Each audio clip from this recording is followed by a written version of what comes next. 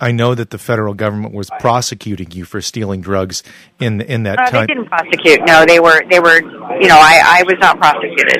Okay, and I apologize for that. Yeah. How did you get sort of in your head from where you started to that point and then back? Because that's a long distance.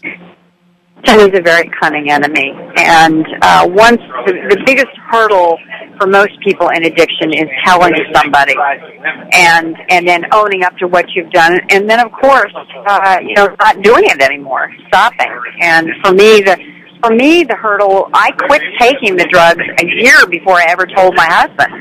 So for me, the hurdle was actually telling my husband. And I stopped, and then about a year later, I told my husband, and he, as I said, was my biggest supporter, my best friend in all of this. And as a result, I know it made me a better person. I would never want to relive what happened, but it made me a stronger person, made me a better parent, made me, I think, a more compassionate person as a result of it. Cindy McCain is my guest. When I think about that, life is hard. We will all acknowledge that. And that seems to be one of those monkeys that would sit on your back, and when things don't go well, does it come back and itch at you? Because it has for others. No, I try. What I do, though, is I always remind myself, of how close I came. And I don't mean from a legal standpoint, but just from a health standpoint. And every time things get down, I always also know that one person I can go to talk about it or vent or anything else is my husband. And that's the way it should be. And he with me as well. I do have been very strong, and other people that have come to me and said they have experienced the same thing, I try to be encouraging and helpful, and I will help anybody that comes to me with this kind of problem because I've been there.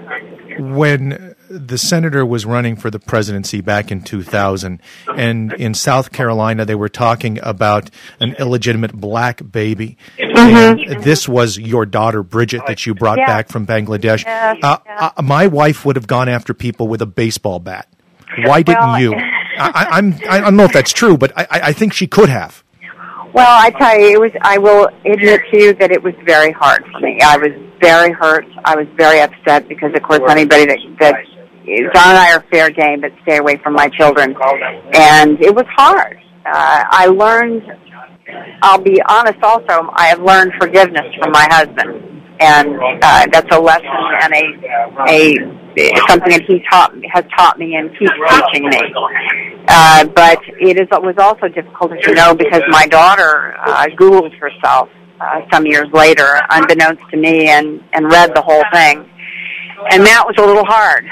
So it's something I don't want to ever relive again. We're still dealing with my daughter because she doesn't understand what happened.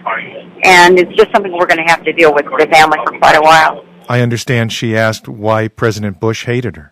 Yes, that's true. That's true. And I've tried to explain to her that was not what it was, but it's hard for a kid to really, grasp all of that, especially at her age. So, but she'll, we hope we are good parents and we can teach her compassion and understanding and make sure that these are lessons that we learn also about how to treat people.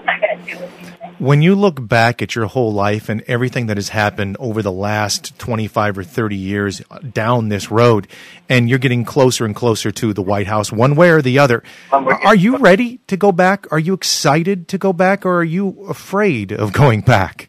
Listen, I don't even think about that. It's day to day for us. If we are lucky enough to win, then call me back and I'll let you know how I feel. I take it day by day. I can't think of it in those terms.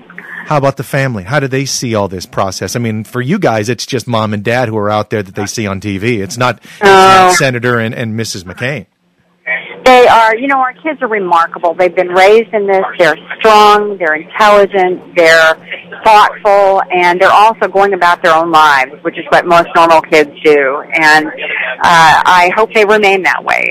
They are not consumed by this. They're proud of their dad. They're proud of me, and as we're proud of them. But fortunately, they are kids that are very well-rounded, I'm happy to say. Cindy, thank you very much for your time today. You're so sweet to have me on. Thank you.